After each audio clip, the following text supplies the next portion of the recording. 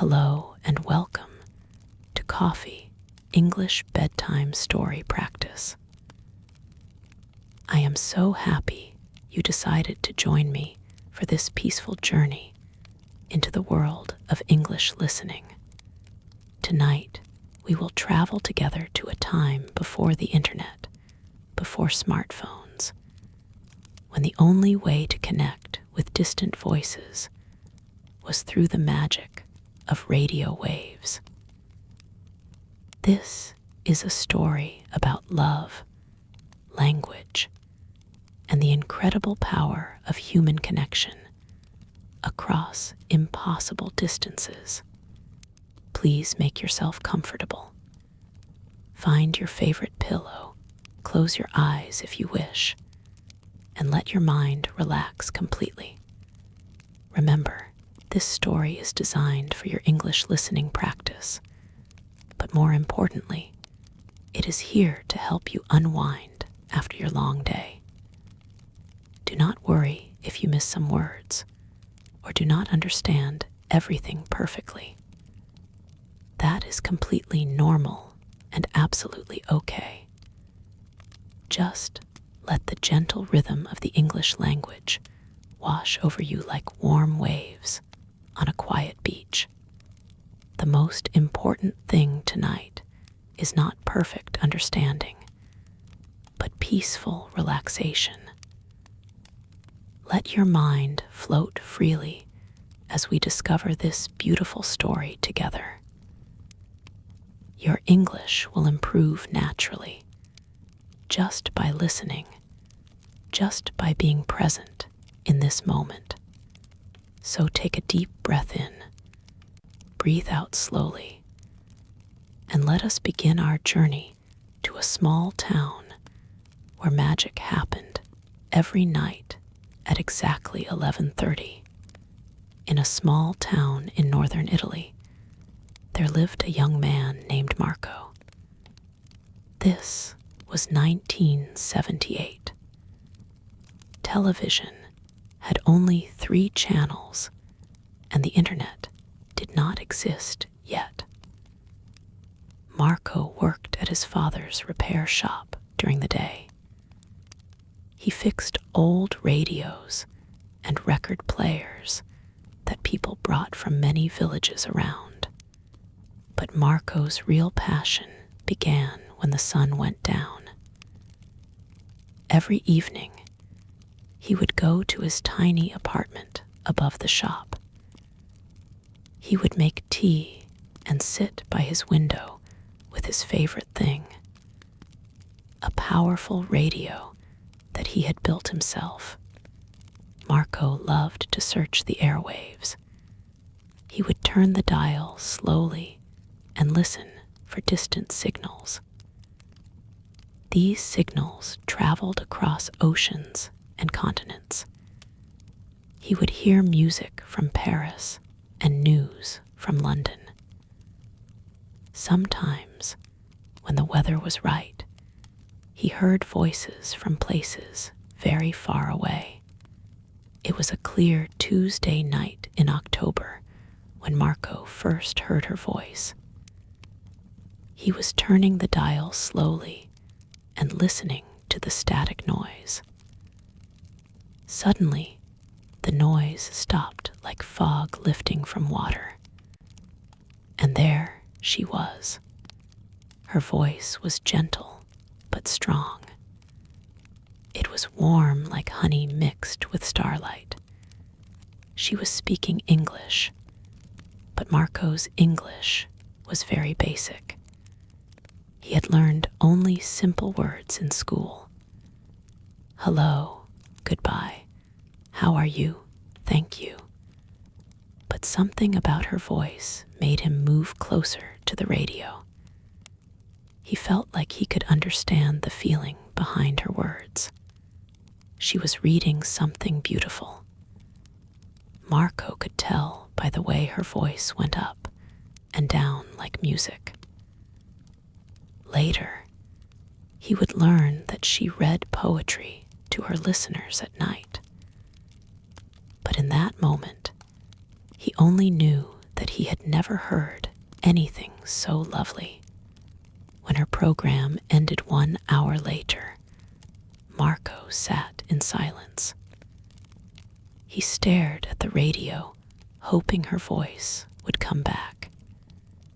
He wrote down the frequency in his notebook, 94.7 FM. He also wrote down every English word he thought he heard, even though most were probably wrong. The next night, Marco was ready. He had his notebook and pen. At 11:30 exactly, her voice filled his small room again. This time, he tried to write down everything she said. He did not understand most of it, but he wrote page after page. After a week of listening, Marco made an important decision.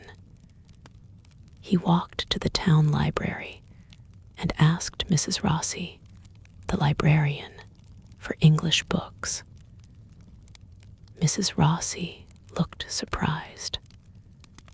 Marco had never asked about languages before, but she found him 3 old textbooks and an English-Italian dictionary. Every day, Marco worked in his father's shop, but every night was for English and her voice. He studied for 2 hours before her program started. He learned new words and practiced speaking quietly to himself. Then, at 11:30, he would listen with his notebook open. Each night, he understood a little more. Slowly, the words began to make sense. First, simple words: love, night, dream, home. Then phrases: good evening, everyone. Thank you for listening, sweet dreams. And finally, complete sentences that made pictures in his mind. Her name was Sarah, and she lived in a city called Brighton. This city was across an ocean that Marco had never seen. She loved books and poetry, especially poems about hope. She had been doing her night radio show for 3 years. She spoke to listeners she would never meet. She shared beautiful words with people who needed comfort in the dark. 6 months after first hearing her voice, Marco could understand almost everything Sarah said. His English had grown from simple school words to something real. He had learned the language not from textbooks or teachers, but from love. Love for a voice that had become the most important part of his day. But understanding Sarah's words only made Marco want to connect with her more. He began to dream about reaching across those impossible miles. He wanted to let her know that someone in a small Italian town was listening to every word. Marco learned that some radio stations read letters from listeners. His hands shaking, he wrote his first letter in English. It was simple and probably had mistakes, but it came from his heart. He told Sarah about his small town. He told her how her voice had taught him to love English. He told her how her programs had become the light in his difficult days. He mailed the letter to the radio station in Brighton. He did not really believe that Sarah would ever read it. But 3 weeks later, something magical happened. Sarah was reading listener letters on her program, as she sometimes did. And suddenly, Marco heard his own name. Sarah was reading his letter, speaking his words back to him across thousands of miles. But more than that, she was thanking him for writing. She said she was moved to know that her voice had traveled so far and touched someone's life in such a beautiful way. That night, Marco wrote another letter, and another. Sarah began to read his letters often on her show. Slowly, a friendship began to grow across the radio waves. Marco's letters told Sarah about life in his small town. The changing seasons, the people who brought their radios to be fixed, the way the mountains looked golden in the sunrise. Sarah's responses, spoken into her microphone each night, told Marco about her life in Brighton, the ocean she could see from her apartment window, the books she was reading, her dreams of traveling the world someday. 2 years passed this way. Marco's English became perfect, shaped by his conversations with Sarah. He had never taken a formal English class. He never had an English teacher, but love had made him speak English perfectly. Then one night, Sarah made an announcement that changed everything. Her radio station was closing down. Money problems meant that her night program would end in just 1 week. Marco felt like someone had told him that the sun would stop rising. But Sarah had one more surprise. On her very last program, she did something new. She gave out her personal address. She said that any listeners who wanted to stay in touch could write to her directly. Marco wrote down every word, his heart beating very fast. The next morning, Marco went to his father and told him everything. About Sarah, about the English language, about the love that had grown across impossible distances. His father listened quietly, then smiled and gave Marco an envelope full of money. This was his savings for Marco's future. 3 months later, Marco stood on a train platform in Brighton, England. He held a piece of paper with Sarah's address written in his careful handwriting. He had traveled farther from home than anyone in his family ever had. He was guided only by a voice he had fallen in love with and a language he had learned in the darkness of his small room. Sarah's apartment building was exactly as she had described it. Old brick with windows that faced the ocean. Marco climbed to the 3rd floor, his legs shaking from nervousness. He knocked on door number 12. When the door opened, Marco saw a woman with kind eyes and gentle hands. Her face perfectly matched the voice that had changed his life. But the most amazing part was what Sarah said when she saw him standing there. She said his name in Italian. Sarah had been learning Marco's language too. She studied Italian grammar books and pronunciation guides. She was preparing for the day when she might meet the mysterious listener who had written her such beautiful letters. She had been learning Italian for the same reason Marco had learned English, because love makes us want to build bridges across any distance, speak any language, overcome any problem. They talked that first day for 12 hours. They switched between English and Italian, laughing at their mistakes. They were amazed that two people could find each other across such impossible odds. Marco told Sarah how her voice had been his teacher, his comfort, his inspiration to become someone new. Sarah told Marco how his letters had been the highlight of her lonely evenings. Knowing that someone truly listened had made her believe in the power of words again. 6 months later, they were married in a small ceremony on the Brighton beach.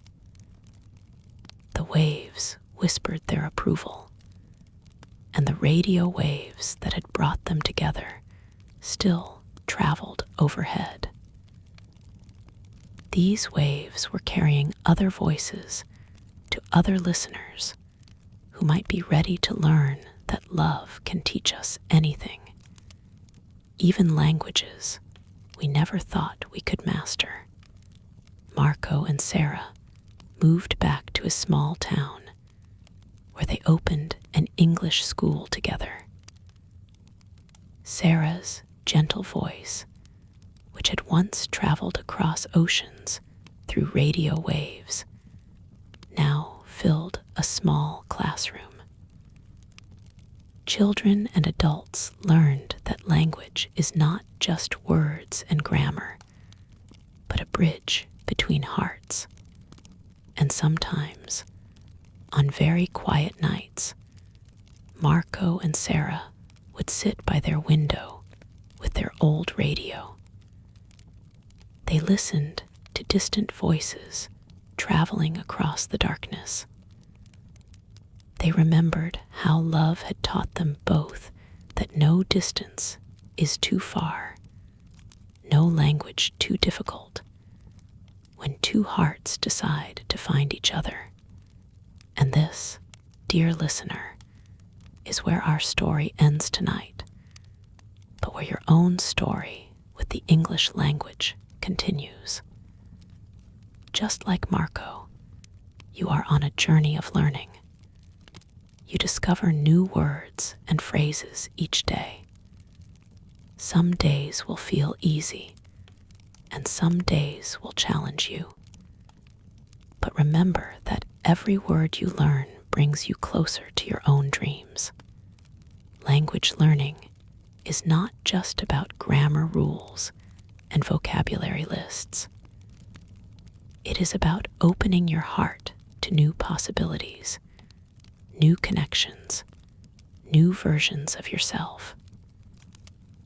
Marco fell in love with Sarah's voice, but more importantly, he fell in love with the process of understanding, of growing, of becoming someone who could build bridges across any distance.